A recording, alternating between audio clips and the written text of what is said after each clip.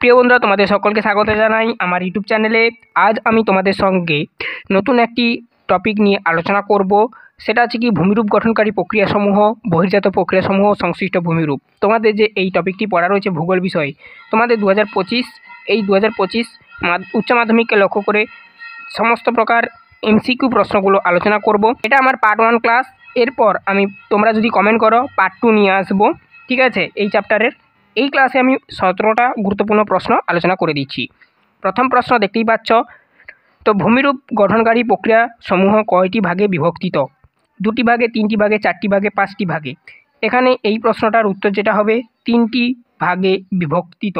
তাহলে ভূমিরূপ গঠনকারী প্রক্রিয়া কয়টি ভাগে বিভক্তিত? 3টি ভাগে বিভক্তিত। তারপর দেখো নেক্সট প্রশ্ন কি বলা রয়েছে। দেখো, ভূমিরূপ গঠনকারী পার্থিব প্রক্রিয়াকে কয়টি ভাগে ভাগ করা যায়? 2টি ভাগে, 3টি ভাগে, 4টি ভাগে, 5টি ভাগে। এখানে সঠিক উত্তর যেটা হবে কি, দেখো এখানে সঠিক উত্তর হবে অপশান এ, অর্থাৎ ভূমিরূপ গঠনকারী প্রক্রিয়াকে 2টো ভাগে ভাগ করা যায়। এখানে যে এই সমস্ত দাগগুলো দেখতে পাচ্ছ অনেক জায়গায় ভুলভাল রয়েছে, আমি সেগুলোকে কারেকশান করে দেব, দেখে নাও। এটা আমার এক ছাত্রের বই, ঠিক আছে। দেখো, বহির্জাত প্রক্রিয়ায় প্রকৃতি আকস্মিক, ধীর, মাঝারি, অত্যন্ত ধীর।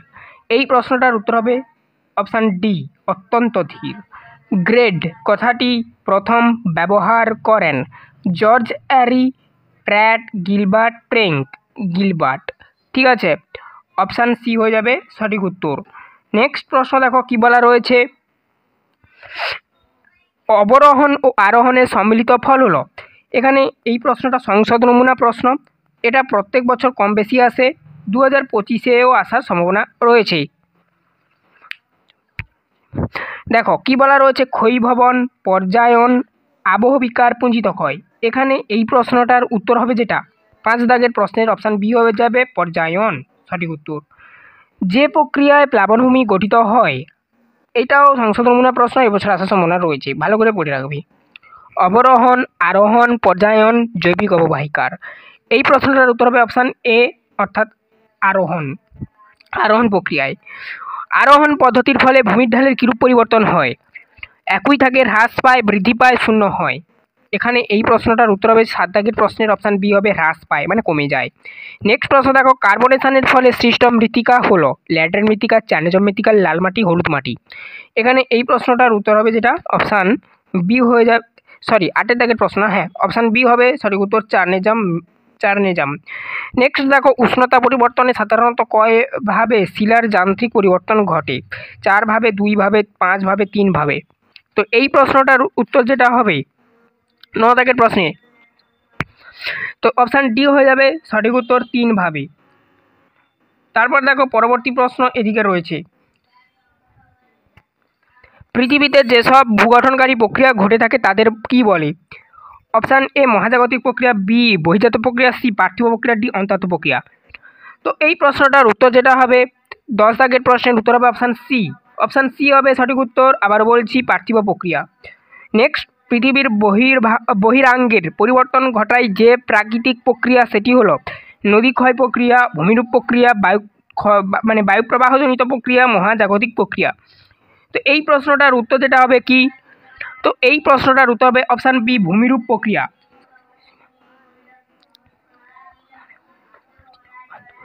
আচ্ছা, 12 দাগের প্রশ্ন দেখো, পর্যায়ন প্রক্রিয়া হলো এক প্রকারের বহির্জাত প্রক্রিয়া, বায়ুমণ্ডলীয় প্রক্রিয়া, মৃত্তিকাজাত প্রক্রিয়া, মহাজাগতিক প্রক্রিয়া। এই প্রশ্নটার উত্তর হবে 12 দাগের প্রশ্ন, 12 দাগের প্রশ্নের উত্তর হবে অপশান এ, অর্থাৎ বহির্জাত প্রক্রিয়া। পৃথিবীর জল যখন অনেকগুলো শাখায় ভাগ হয়ে বিভিন্ন খাতে বইতে থাকে তখন তাকে নদীর কোন প্রবাহ বলে? এই প্রশ্নটা এরকমও দেয়। এছাড়া তোমাদের বইতে এটা যেটা দেখতে পাচ্ছ, নদীর জল যখন অনেকগুলো শাখায় ভাগ হয়ে বিভিন্ন খাতে বইতে থাকে তখন তাকে নদীর কোন প্রবাহ বলা হয়? অনুসারী প্রবাহ, অভিসারী প্রবাহ, প্রতিবাদ প্রবাহ আর প্রতিসারী প্রবাহ। এই প্রশ্নটার উত্তর যেটা হবে 13 দাগের প্রশ্ন, এটা ডি হয়ে যাবে সঠিক উত্তর, প্রতিসারী প্রবাহ। অবরোহণের মাত্রা নদীর শক্তি ছাড়া কোন বিষয়ের ওপর নির্ভর করে? পাত সঞ্চালন, ভর সঞ্চালনের পরিমাণ, নদীর স্রোত, জলের পরিমাণ, ভর সঞ্চালনের পরিমাণের ওপর। আচ্ছা, পরবর্তী প্রশ্ন 15 দাগের প্রশ্ন। শিলা কখন তাপ বিকিরণ করে সংকুচিত হয়? দিনের বেলা, মধ্যাহ্নে, বিকেলবেলা, রাত্রিবেলা? এখানে সঠিক উত্তর হবে রাত্রিবেলা। উচ্চ পার্বত্য অঞ্চলে আবহবিকারের ফলে সৃষ্ট তীক্ষ্ণ শিলাখণ্ডকে কি বলে? টর, কলয়েড, ট্যালস, নুড়ি? ট্যালস বলা হয়। ঠিক আছে। কোন অ্যাসিড চুনাপাথরের সাথে বিক্রিয়া ঘটিয়ে ক্যালসিয়াম বাইকার্বনেট তৈরি করে? সালফিউরিক অ্যাসিড, কার্বনিক অ্যাসিড,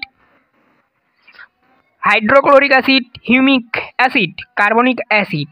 এখানে আমরা গুরুত্বপূর্ণ 17টি প্রশ্ন আলোচনা করলাম, তার উত্তর আলোচনা করলাম। এগুলো এমসিকিউ প্রশ্ন। এরপরে তোমরা যদি কমেন্ট করো, আমি নেক্সট পার্ট অর্থাৎ পার্ট 2 আপলোড করব তোমাদের কমেন্টের উপর ভিত্তি করে। চ্যানেলে নতুন থাকলে অবশ্যই সাবস্ক্রাইব করবে, বেল আইকন প্রেস সেভ রাখবে। যে কোনো স্টাডি ম্যাটেরিয়াল আমাদের কাছ থেকে অতি সহজে তোমরা পারচেস করতে পারো। তোমাদের টেস্ট পরীক্ষা সামনে হয়ে গেছে, অনেক স্কুলে আবার হচ্ছে, তো তোমাদের টেস্ট পেপার রিলিজ হবে খুব শীঘ্রই, 2-1 দিনের মধ্যে। সেই সম্পর্কেও আমরা বিশদ কোন টেস্ট পেপার কিনবে না কিনবে তারপর একটি ভিডিও বানাবো। আর টেস্ট পেপারগুলো বেরোলে সমস্ত টেস্ট পেপারের মার্কেটে যা টেস্ট পেপার অ্যাভেলেবেল হবে সমস্ত টেস্ট পেপারের আমরা ক্লাস আপলোড করব। অবশ্যই চ্যানেলটাকে সাবস্ক্রাইব করে রাখো।